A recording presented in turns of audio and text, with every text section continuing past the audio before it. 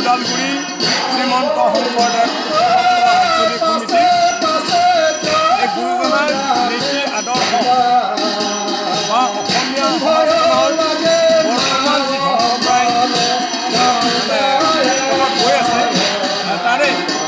বিবেচনা কৰি আমি সমস্ত 8খন সত্ৰৰ বা বাৰ্ধক্যসকলে সমবেত হৈ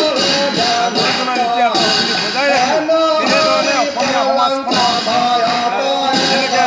গঢ়াখহনীয়া হৈ আছে ভাষা সাহিত্য সংস্কৃতি নাইটো বা সাজে পাৰে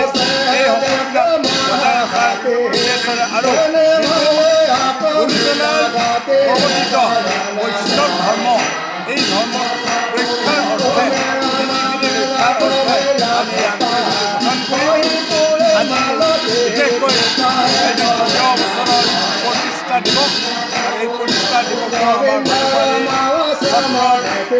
মাধৱ আইসকলৰ সহযোগত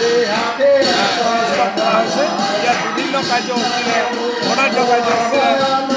অনুষ্ঠিত হৈ আছে। অনুষ্ঠানটোৰ সৈতে সংগতি ৰাখি এখন ধৰ্মীয় আলোচনা লগতে বৃক্ষৰোপণ যিহেতু আজি গোটেই ভূপৃষ্ঠত বৃক্ষৰ নাটনি হোৱাৰ কাৰণে পৰিৱেশ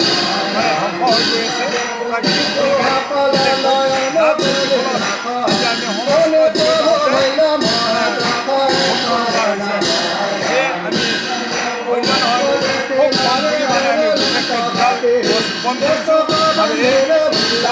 আৰু এই ৰোপণ কৰি আমি প্ৰতীকস্বৰূপে সমস্ত সমাজক জনাই দিব বিচাৰিছোঁ যে আমি গছপুলি ৰুব লাগে আৰু যেনেদৰে এজন ল'ৰা ছোৱালীক মাক বাপেকে সুন্দৰকৈ প্ৰতিপালন কৰি ডাঙৰ দীঘল কৰে আৰু ভৱিষ্যত আশা কৰে ঠিক তেনেকৈ প্ৰতিপালন কৰি এই গছবিলাক আমাৰ ভৱিষ্যত যি ফল বিশেষকৈ অক্সিজেনৰ অভাৱত আজি হয়তো গোটেই জীৱ জগত আছে এই অক্সিজেন ইয়াৰ জৰিয়তে মানে নিশ্চয় পাব প্ৰকৃতি সুস্থ হ'ব আৰু যি আমাৰ সেউজ পৰিৱেশ আছে এই সেউজ পৰিৱেশ দিনে দিনে ম্লান হৈ গৈ আছে আৰু সেউজ পৰিৱেশ থাকিলেহে সেউজীয়া থাকিলেহে গোটেই জীৱ জগত থাকিব আৰু সেইকাৰণে সেউজ পৰিৱেশ বৰ্তাই ৰাখিবৰ কাৰণে আমি প্ৰতীকস্বৰূপে দুডাল বাঁহৰ গছ ৰুইছোঁ ইয়াক আমি প্ৰতিপালন কৰিম ডাঙৰ দীঘল কৰিম আমি সংকল্পবদ্ধ আৰু আমাৰ দৰে যে অন্যান্য সমাজসকলেও বিভিন্ন দল সংগঠনবিলাকেও যাতে এনেকৈ দৰে কেৱল টিভি চেনেলৰ জৰিয়তে গছ ৰোপণ নকৰি সঁচা অন্তৰেৰে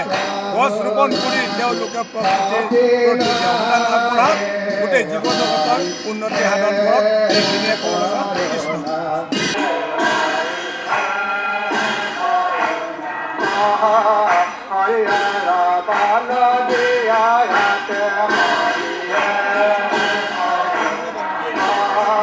তথাপি